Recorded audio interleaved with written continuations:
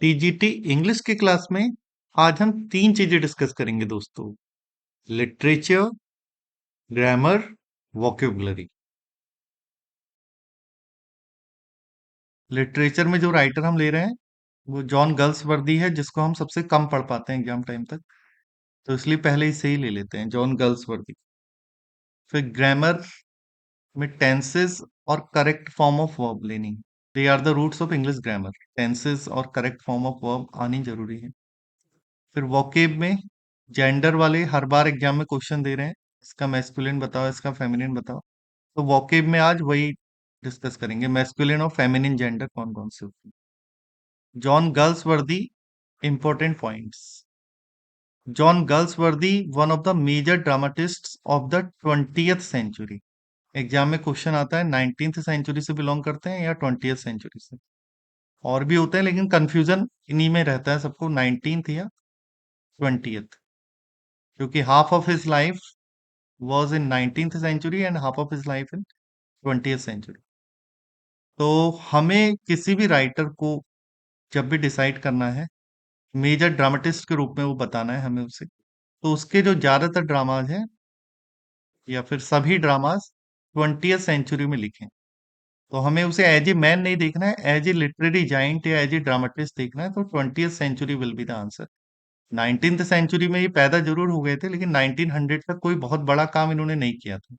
इसका मतलब 19th century answer नहीं होगा। Answer will be 20th century. ठीक है, क्योंकि देखो 1867 में आदमी पैदा हुआ है, तो ये 19th सेंचुरी हो गई। लेकिन नोबेल प्राइज और अच्छे अच्छे प्राइज इन्हें 1932 में जैसे नोबेल प्राइज मिला, और बाकी अच्छे वर्क्स 1900 के बाद ही आए, तो वो 20th सेंचुरी के राइटर माने जाएंगे ये, ना कि 19th century. John Galsworthy, one of the major dramatists of 20th century, was born on, किस डेट में पैदा हुए थे? अगस्त 14 1867 में पैदा हुए थे।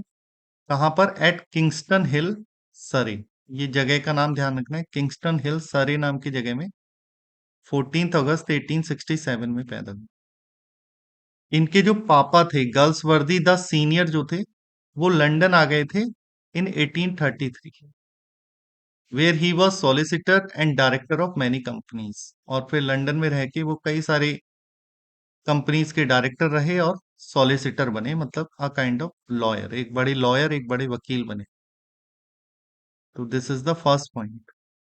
फिर John Galsworthy was born with the proverbial silver spoon in his mouth. जो भी व्यक्ति अमीर घर में पैदा होता है तो हम उसके लिए कह देते हैं कि he was born with a silver spoon in his mouth. तो जॉन गर्ल्सवर्दी भी एक सिल्वर स्पून के साथ पैदा हुए थे, मतलब एक अमीर घर में पैदा हुए थे, क्योंकि इसके पापा जो थे वो बहुत बड़े सॉलिसिटर थे और कई कंपनीज के डायरेक्टर थे, और पापा का नाम भी जॉन गर्ल्सवर्दी ही था। He did not have to struggle to earn a living as his contemporary George Bernard Shaw did. John Galsworthy को अपनी जीविका कमाने के लिए उतना ज्यादा संघर्ष नहीं करना पड़ा जितना कि इनके कंटेम्पररी, मतलब इनके समकालीन राइटर जॉर्ज बर्नार्ड शॉ को करना पड़ा था। जॉर्ज बर्नार्ड शॉ भी इन्हीं के टाइम के राइटर हैं। बर्नार्ड शॉ और जॉन गर्ल्सवर्दी दोनों के दोनों ही एक राइटर से प्रेरित होकर लिख रहे थे, जिनका नाम था हेनरिक इब्सन। हेनरिक इब्सन एक नाम ध्यान रखना है, ये नॉर्वे के राइटर थे, और इन्होंने सबसे पहले एक अलग टाइप के नाटक लिखने शुरू करे, जिनको कि प्रॉब्लम प्ले का नाम दिया गया। तो इनसे ही प्रेरित हुए थे, ये तो नॉर्वे के व्यक्ति थे, लेकिन इनसे ही प्रेरित हुए इंग्लैंड के दो राइटर। कौन कौन?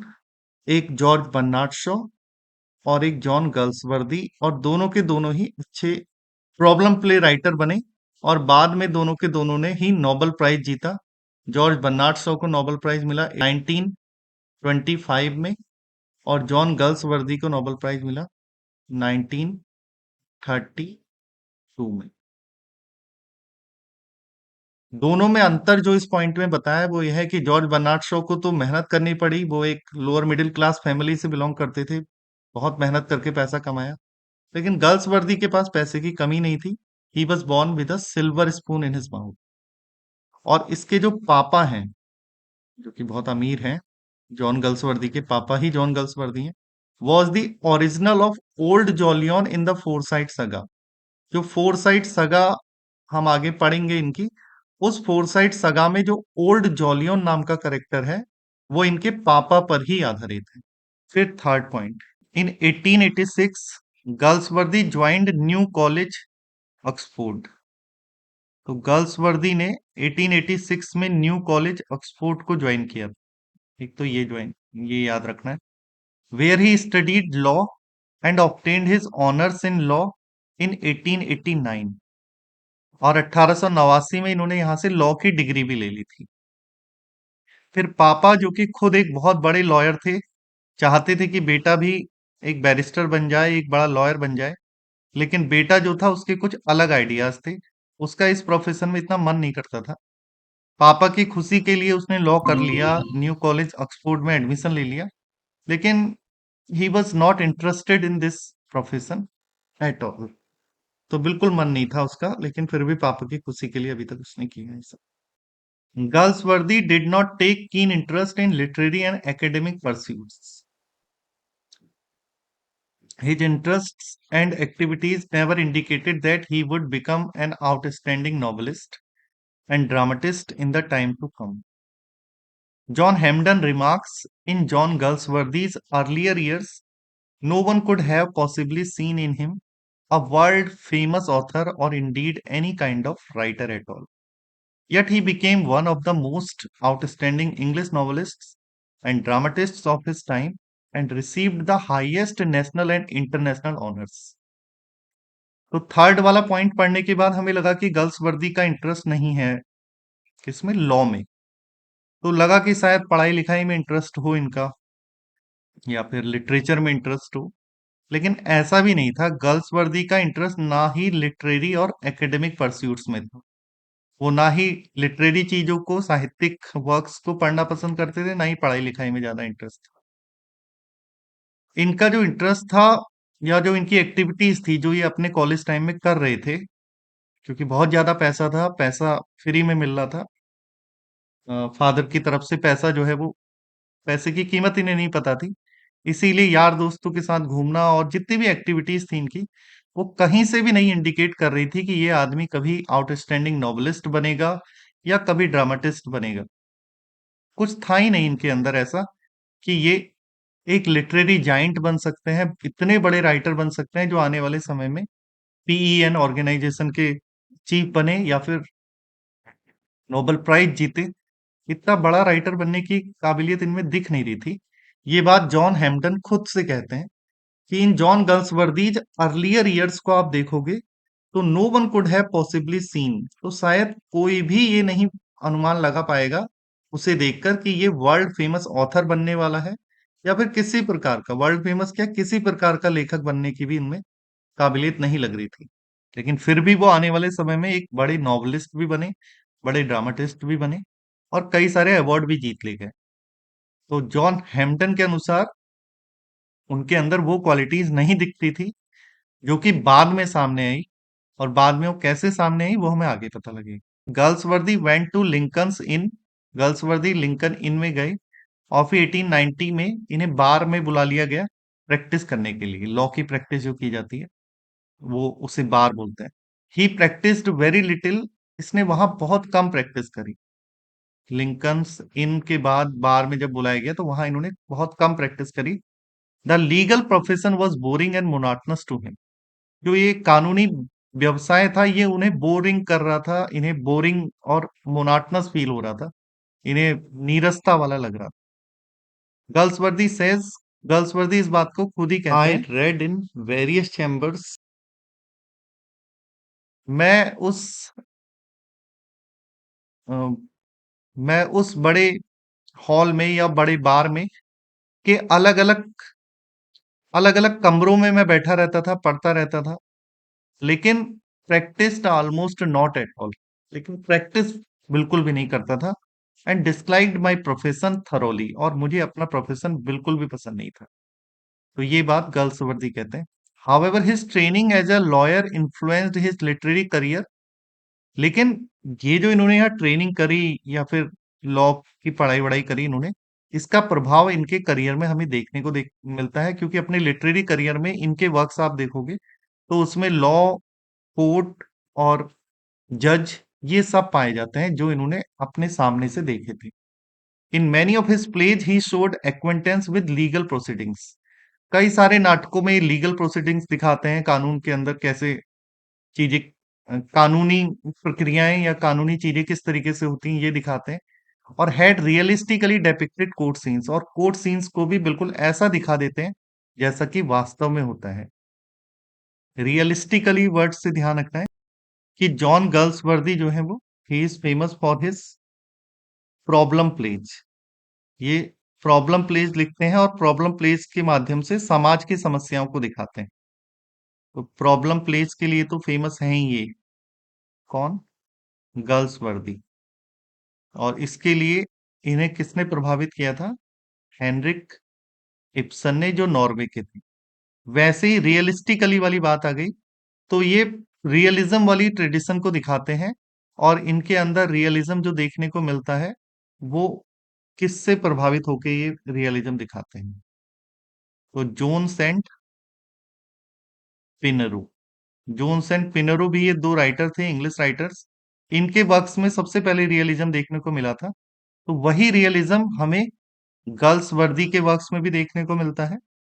और प्रॉब्लम प्लेज जो हमें सबसे पहले हेनरिक इब्सन के यहाँ देखने को मिले थे, वही हमें इसके में देखने को मिलते हैं, गर्ल्स वर्दी के यहाँ भी देखने को मिलते हैं। ये सारे क्वेश्चन एग्जाम में आ रखे हैं, आगे पॉइंट्स में भी आएंगे, लेकिन यहां मैं बता दे रहा हूं इसलिए आपको थोड़ा याद रहेगा।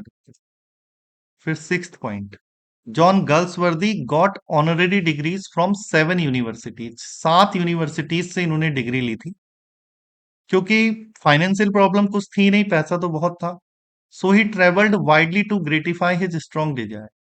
इसलिए ये इधर उधर घूमते रहते थे अपनी घूमने की इच्छा को पूरा करने के लिए। और वो खुद कहते हैं, to see and feel new climes and countries. मैं इधर उधर घूमता था क्योंकि मैं नए नए क्लाइमेट्स को देखना चाहता था, नए नए देशों को देखना चाहता था, इसलिए मैं घूमता था खूब। He travelled widely in Canada. Canada में इन्होंने बहुत घूमे, ऑस्ट्रेलिया में इन्होंने बहुत यात्राएं की, साउथ सी में बहुत यात्राएं। लेकिन एक ऐसी यात्रा थी जिसके दौरान इनकी अपने एक लाइफ लॉन्ग फ्रेंड से मुलाकात हो गई, जो इनका लास्ट तक फ्रेंड रहा। During his course of his voyage, voyage मतलब समुद्री यात्रा, अपनी समुद्री यात्रा जो ये ऑस्ट्रेलिया से साउथ अफ्रीका के बीच में कर रहे थे 1893 में, ये ईयर भी पूछा जाता है। 1893 में ऑस्ट्रेलिया से साउथ अफ्रीका की यात्रा के दौरान ये एक आदमी के कांटेक्ट में आए जिसका नाम था Joseph Conrad, the great polish seller. ये पॉलिश जगह का नाम है, वहां के ये नाविक लेखक थे। और यही लेखक थे who became his life long friend, जो कि इनके जीवन पर्यंत फ्रेंड बने रहे, जोसेफ कॉनरेड। ये पॉलिश सेलर थे, समुद्री यात्राएं करते थे, और समुद्री यात्राओं से रिलेटेड इन्होंने अपने वर्क्स भी लिखे हैं, जिसमें सबसे ज्यादा इंपॉर्टेंट वर्क जिसका नाम एग्जाम में पूछा जाता है वो है हार्ट ऑफ डार्कनेस, जो आपका एमए में भी लगा हुआ था। हार्ट ऑफ डार्कनेस जो है इनका वर्क है, जो कि बहुत पॉपुलर हुआ था। ड्यूरिंग हिज वॉयजेज, अपनी समुद्री यात्राओं के दौरान, गर्ल्सवर्थ रेड डिकेंस। और भी कुछ राइटर्स थे जिससे प्रभावित हुए। इन्होंने डिकेंस की किताबें पढ़ी, इन्होंने मोपसा की किताबें पढ़ी, टॉल्स्टाय की किताबें पढ़ी, और इब्सन, इब्सन का नाम तो हमने अभी पहले भी लिया था। इन्होंने तो बहुत बड़ा प्रभाव डाला था। तो ये तीन, ये तो ये चार राइटर और हो गए उसी कैटेगरी में जिन्होंने इन्हें प्रभावित किया था। डिकेंस जो कि इतने बड़े नॉवलिस्ट थे विक्टोरियन एज के, मौपसा जिन्होंने की अ, बहुत फेमस फेमस शॉर्ट स्टोरीज लिखी हैं, वो जो आपने पढ़ा होगा, द डायमंड नेकलेस माटिल्डा वाली स्टोरी। और टॉल्स्टाय भी फेमस राइटर हैं, और इब्सन तो नॉर्वे के बहुत बड़े राइटर हैं। और इनका वर्क हमें ध्यान रखना है, लिखते तो प्रॉब्लम प्ले थे, और इनका जो फेमस वर्क था वो था डॉल्स हाउस। इसमें वो एक लड़की की कहानी सुनाते हैं, नूरा की, जो कि घर के लिए सब कुछ करती है, लेकिन घर में उसे कभी एक सही स्थान नहीं दिया जाता, उसे घर में एक डॉल की तरह समझा जाता है। लेकिन डॉल वर्ड यहाँ पे पॉजिटिव सेंस में नहीं यूज हुआ है, नेगेटिव सेंस में यूज हुआ है। और नूरा को सब पता लग जाता है लास्ट तक कि उसकी इस घर में क्या अहमियत है, इसलिए नाटक के लास्ट में वो दरवाजा थपाक से मारती है और घर छोड़ के चली जाती है, और यहीं पर नाटक खत्म हो जाता है। इब्सन से पूछा जाता है कि तुमने कैसी एंडिंग दिखा दी। उन्होंने कहा ये नए तरीके का ड्रामा है और ये नई तरीके की औरत है। तो न्यू वुमेन वाला कॉन्सेप्ट जो था वो भी इब्सन के वर्क से ही निकला। इब्सन ने प्रभावित किया इन्हें, टॉल्स्टॉय ने प्रभावित किया, मॉपसा ने प्रभावित किया, डिकेंस ने प्रभावित किया। और इससे पहले तीन जने और थे, मतलब तीन ग्रुप्स और थे। एक तो हेनरिक इब्सन के अलावा पिनरो और जोन्स, और एक इनका दोस्त हो गया कॉनरेड। ये तीन नाम ध्यान रखने हैं, और फिर ये लोग ध्यान रखने हैं। द लास्ट वन, इन में सब में जो लास्ट वाला दिया है, Ibsen influenced him the most, उसने सबसे ज्यादा प्रभावित किया इन्हें। अंडर इब्सन्स इन्फ्लुएंस, इब्सन के प्रभाव में ही Galsworthy became popular as a writer of realistic problem plays. Problem plays जो इन्होंने लिखे वो इब्सन के प्रभाव से ही लिखे। The real villains of Galsworthy's plays, ये भी एग्जाम में क्वेश्चन आया है कि गर्ल्सवर्दी की प्लेज में मुख्य विलेन कौन होता है, खलनायक कौन होता है। तो खलनायक जो है सोशल इविल्स होती हैं, सामाजिक बुराइयां होती हैं। कोई इंसान बुरा नहीं होता, सामाजिक बुराइयों को दिखाया जाता है इनके वर्क से। इब्सन, हेनरी अर्थर जोन्स, अर्थर विंग पिनरू, ये आ गए नाम, देखो फिर से। अ, इब्सन तो हमने पढ़ ही लिया था, मैंने कहा था जोन्स और पिनरो आगे आने थे तो आ गए। हेनरी अर्थर जोन्स और अर्थर विंग पिनरो जो थे, फाउंडर्स थे रियलिस्ट प्रॉब्लम्स को दिखाने के। तो drama in Britain made an impact on Galsworthy as a dramatist. तो इन तीनों ने ही, इब्सन ने, जोन्स ने, पिनरो ने बहुत तगड़ा प्रभाव जमाया गर्ल्स वर्दी पर। ठीक है, अब next point. Galsworthy fell passionately in love with Ada. Galsworthy की जिंदगी में जो टर्निंग पॉइंट था वो अडा का आना था, जिनसे ये बहुत ज्यादा प्रेम करते थे। लेकिन वास्तव में ये थी ब्यूटीफुल और charming wife of his cousin, इनके कजिन की वाइफ थी। और कजिन का नाम था अर्थर गर्ल्सवर्दी। अर्थर गर्ल्सवर्दी की जो वाइफ थी, जिसका नाम अडा था, उनसे इन्हें प्रेम हो गया था। और अडा और अर्थर गर्ल्सवर्दी की बहुत ज्यादा लड़ाइयां होती रहती थी। और इन्हें जो है गर्ल्सवर्दी को अडा पर सिंपैथी भी फील होती थी, और वो उससे पैशनेटली प्रेम भी करते थे। She was a tragic victim of unhappy marriage. ये जो अडा थी, ये अनहैप्पी मैरिज की शिकार थी। Galsworthy kept his love affair secret. Galsworthy ने अपने इस लव अफेयर को तब सीक्रेट बनाए रखा जब तक कि इनके फादर की डेथ नहीं हो गई। और इस लव अफेयर को तभी इन्होंने बताया जब इनके पापा की डेथ हो गई 1904। तो ये ईयर ध्यान रखना है, 1904 जब इनके पापा की डेथ हुई, तब इन्होंने अपना लव अफेयर पब्लिक किया, सबको बताया कि अडा से मैं प्रेम करता हूं और इनसे ही शादी भी करूंगा।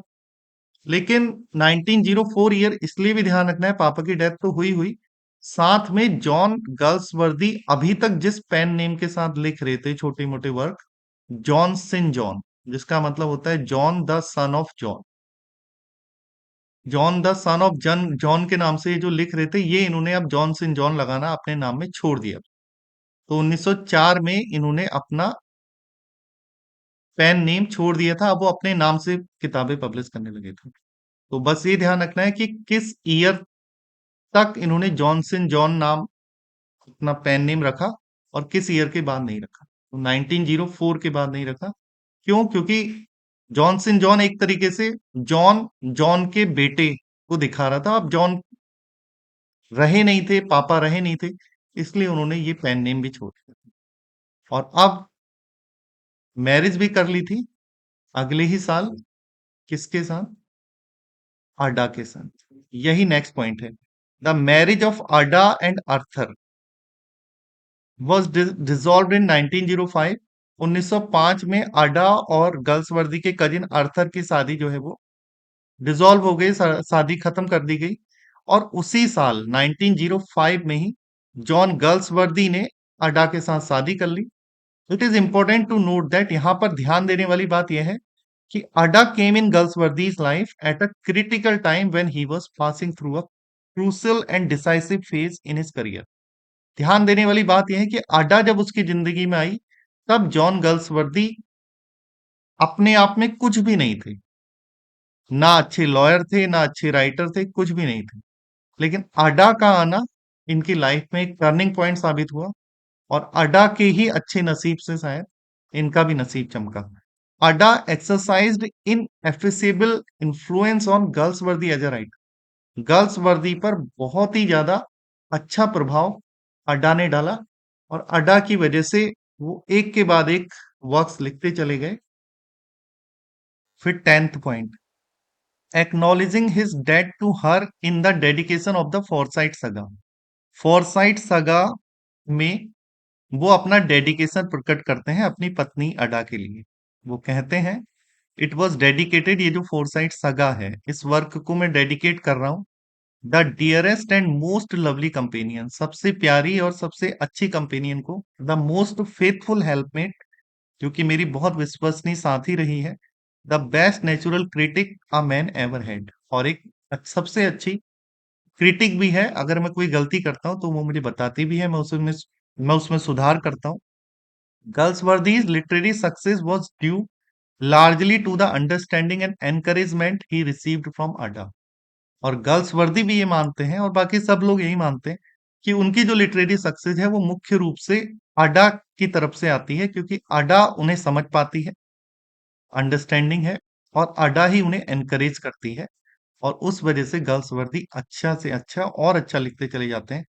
दे वर चाइल्डलेस, हालांकि शादी के बाद ये लोग चाइल्डलेस जरूर रहे, इनकी शादी के बाद बच्चे नहीं हुए, but they led very happy lives in mutual love and admiration. लेकिन पारस्परिक प्रेम और पारस्परिक प्रशंसा के द्वारा ये दोनों ने हैप्पी लाइव्स जी, एक दूसरे के लिए हमेशा अच्छे बने रहे। बस इनके पास बच्चे तो नहीं थे, इनके पास एक डॉग था, इसका भी जिक्र इनके वर्क्स में आएगा, इसलिए ये यहाँ लिख दिया पॉइंट। एक डॉग था जिसका नाम था क्रिस, इसके मरने पर इन्होंने एक एलिजी भी लिखी थी। तो क्रिस नाम का एक कुत्ता था, जिसे ही अडा अपने बच्चे की तरह प्रेम करती थी, वैसे इनके अपने बच्चे नहीं थे। चलिए, वो जो बाकी पॉइंट्स हैं वो कल वाली क्लास में करते हैं। तो UP TGT English, English grammar वाला पार्ट है। ग्रामर के जो बेसिक्स हैं वो टेंसेस से स्टार्ट होंगे। ज्यादातर चीज आपको पता होंगी, लेकिन कुछ नई चीजें आएंगी, इसलिए tenses are the three types: present, past और future. Each of these tenses can be divided into four parts. Four parts of present are present definite, present continuous, present perfect continuous. Past के four parts हो गए: past indefinite, past continuous, past perfect continuous. Future के future indefinite, future continuous, future perfect continuous. आज वाली class में हम indefinite वाले देखेंगे, एक प्रेजेंट इंडेफिनिट, एक पास्ट इंडेफिनिट, और एक फ्यूचर इंडेफिनिट। ठीक है, तो प्रेजेंट इंडेफिनिट के बारे में जो जो बातें ध्यान रखनी है वो। ठीक है, तो ये पहला बुलेट है। पहले बुलेट में ध्यान रखना है, इट शोज रूटीन और हैबिट। दूसरा बुलेट है, इन हिंदी इट एंड्स विद ता है, ती है, ते है, ता हूं। तो किसी किसी एग्जाम में ट्रांसलेशन भी आती है, तो वहां पे हिंदी में भी आपको थोड़ा सा पता होना चाहिए। तो हिंदी में प्रेजेंट इंडेफिनिट के लास्ट में ता है, ती है, ते है और ताहू आता है। तो तीसरे बुलेट में हमने लिखा है कि अफर्मेटिव सेंटेंस का जो रूल है वो है सब्जेक्ट प्लस V1, फिर एस और es if the subject is singular but not I. Affirmative का रूल यह है कि प्रेजेंट इंडेफिनिट के अफर्मेटिव के रूल में आपको सब्जेक्ट के यार फर्स्ट फॉर्म लगानी है, बस फॉर्म ध्यान रखनी होती है हमें, मेन फर्स्ट फॉर्म।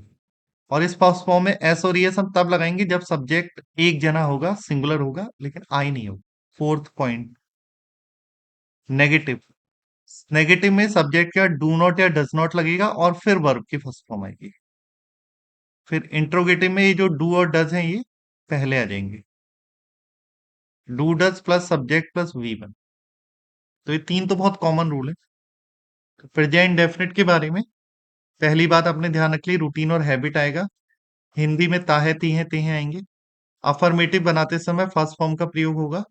नेगेटिव बनाते समय डू नॉट या डज नॉट आएंगे। और इंट्रोगेटिव बनाते समय डू डज बिल्कुल सब्जेक्ट से पहले आएंगे, डू डज।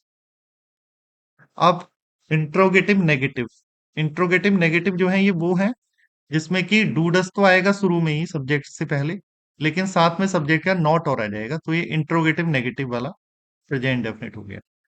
और WS टाइप वाला इंट्रोगेटिव वो होगा जिसमें डू डज सब्जेक्ट ये तो आएंगे ही, शुरू में कोई क्वेश्चन वर्ड और आ जाएगा। Question word plus do does plus subject plus V1। ठीक है। और प्रेजेंट इंडेफिनिट का जब भी पैसिव बनेगा तो हम इज एम आर के साथ थर्ड फॉर्म का प्रयोग करेंगे।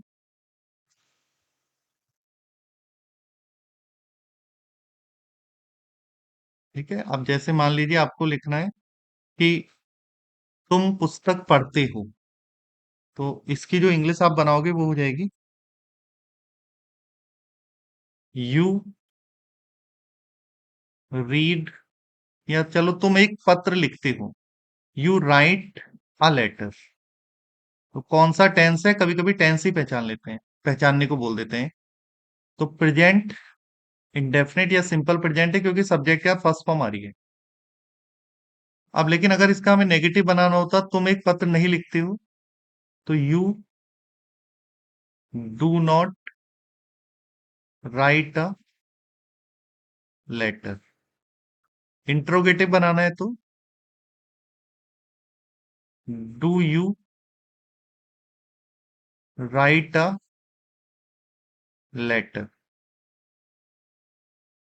और इंट्रोगेटिव नेगेटिव बनाना है तो do you not write a letter, question mark.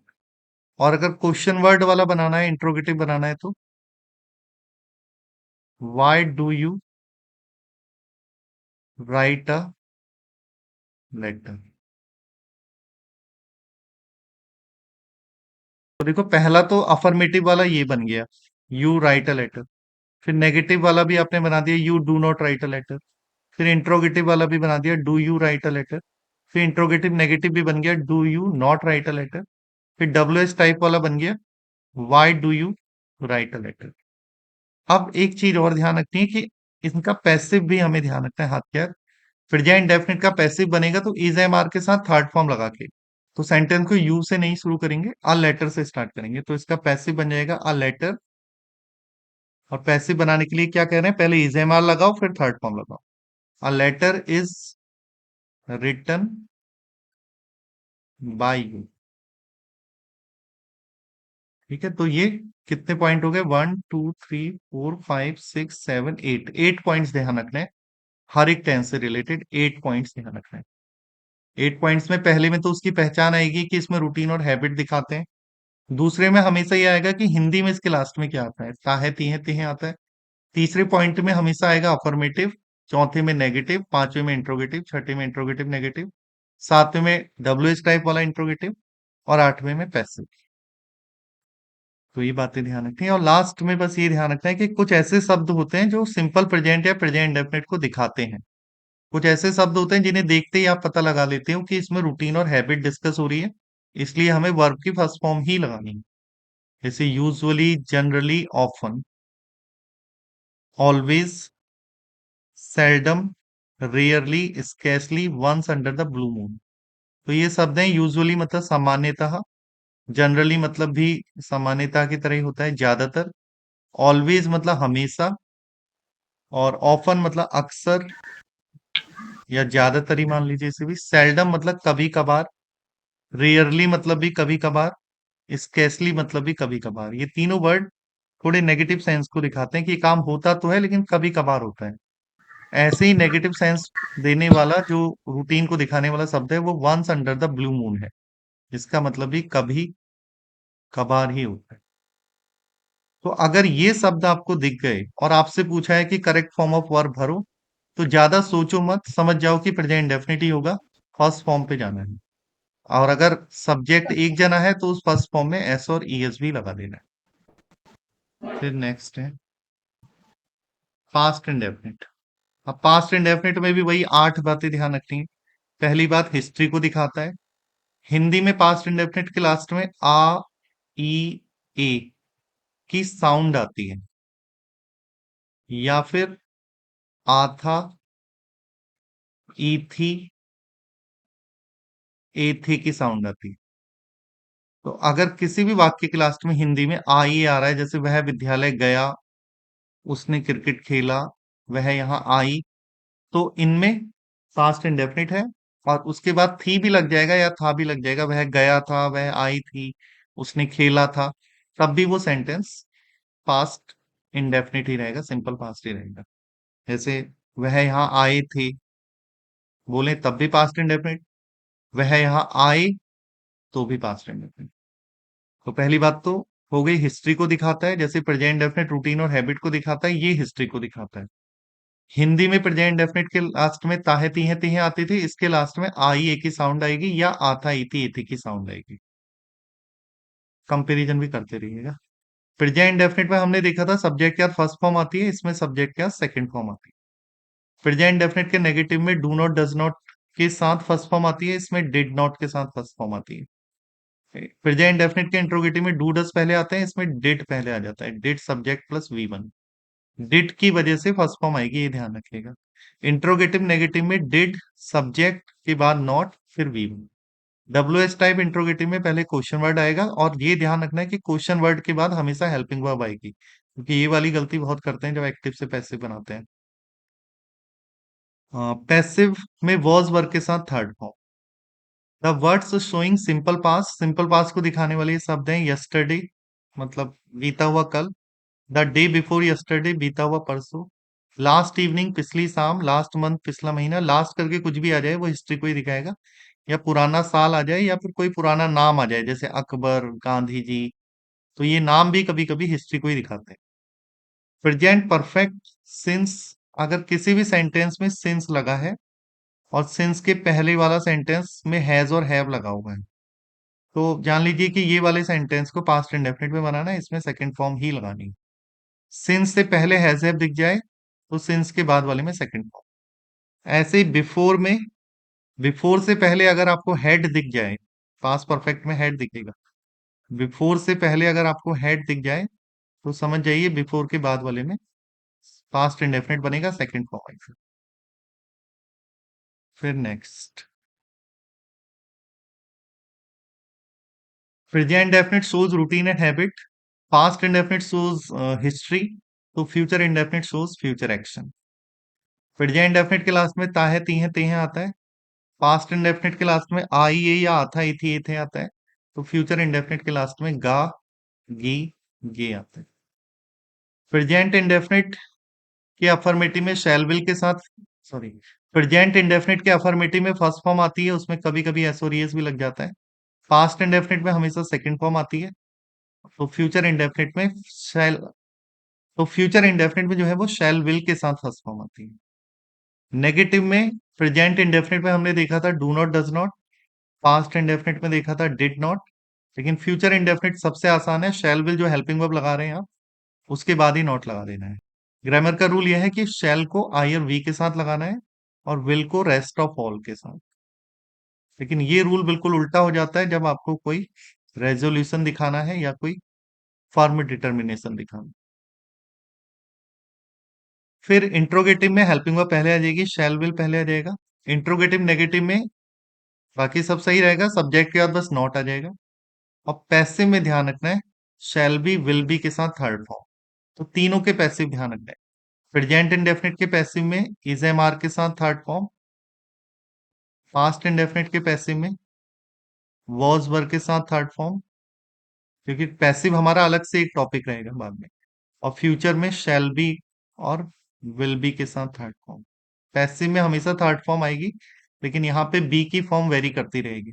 Present indefinite है तो इज एम आर के साथ थर्ड फॉर्म, पास्ट इंडेफिनिट है तो वॉज वर्ग के साथ, फ्यूचर इंडेफिनिट है तो शैल विल के साथ। अब कुछ ऐसे शब्द है जिन्हें देखते ही आपको पहचान लेना है कि फ्यूचर ही बनेगा, तो tomorrow, the day after tomorrow, यहाँ पे आफ्टर आएगा, तो tomorrow, the day after tomorrow, next morning, next month, next करके कुछ भी आ जाए या कि कोई आगे का साल आ जाए तो हम समझ जाएंगे कि भविष्य की बात हो रही है, इसलिए शैल विल ही लगाना पड़ेगा, फ्यूचर इंडेफिनिट बनाना पड़ेगा। तो अब आपको बताना है, बार्किंग डॉग्स सेल्डम बाइट, तो सेल्डम वर्ड ने बता दिया कि ये रूटीन और हैबिट को दिखा रहा है, इसलिए प्रेजेंट इंडेफिनिट में बनेगा, फर्स्ट फॉर्म आएगी बाइट। बाय फिर last year we blank visit the Taj with our friends, last year चीख चीख के कह visited रहा है कि ये हिस्ट्री है, विजिटेड हाँ, तो हम यहाँ पे सेकंड फॉर्म पे जाएंगे, विजिटेड। फिर he blank not come to see us tomorrow. Tomorrow word आ रहा है लेकिन नेगेटिव वाला सेंटेंस बन रहा है, तो शैल विल लगाएंगे, फिर फर्स्ट फॉर्म लगाएंगे। तो ही के हिसाब से सोचेंगे विल या लगाएं या विल शैल। हाँ, क्योंकि शैल तो हम आई और वी के साथ लगाते हैं। तो he will not come come to to us see us tomorrow. Tomorrow. She blank write with her left hand, ये एक उसकी आदत है, वो बाएं हाथ से ही लिखती है। आदत भी प्रेजेंट शी डेफिनेट को राइट। दिखाती है। तो शी राइट्स, क्योंकि शी एक जनी है इसलिए एस ओ लगा दिया। He has not asked his parents for money, उसने अपने मम्मी पापा से पैसा नहीं मांगा। है जा रहा है, सिंस से पहले वाले क्लॉज को प्रेजेंट परफेक्ट में बनाया है, तो सिंस के बाद वाला क्लॉज पास्ट। पास्ट इंडेफिनिट में बनेगा, तो पास्ट आ जाएगा यस। फिर बिफोर आ रहा है, बिफोर के पहले वाला पास्ट परफेक्ट में है, तो बिफोर के बाद वाला पास्ट इंडेफिनिट में बनेगा, तो doctor arrived arrive. Second form. The thief blank catch by the police yesterday, दिया हुआ सेंटेंस पैसिव में है, वो ये कहना चाह रहे हैं कि चोर को पकड़ लिया गया पुलिस के द्वारा कल। तो the thief was caught by the police. तो सेंटेंस को पढ़ना भी है, कभी कभी वो एक्टिव का सेंस हो सकता है ना दे, पैसिव का दे दे, तो ओके। वो फिर पैसिव वाला रूल लगाना है। यस्टरडे ने तो बता दिया पास्ट इंडेफिनिट है, लेकिन द थीफ और बाय ने बता दिया कि काम करने वाला व्यक्ति नहीं आ रहा शुरू में, वो पर्सन आ रहा है जिसके ऊपर काम किया जा रहा है। They will blank punish for misbehaving in the class. अब इसमें बाय भी नहीं दिया, लेकिन सेंटेंस जो है ये फिर भी पैसिव में ही है, क्योंकि इसका सेंस बता रहा है।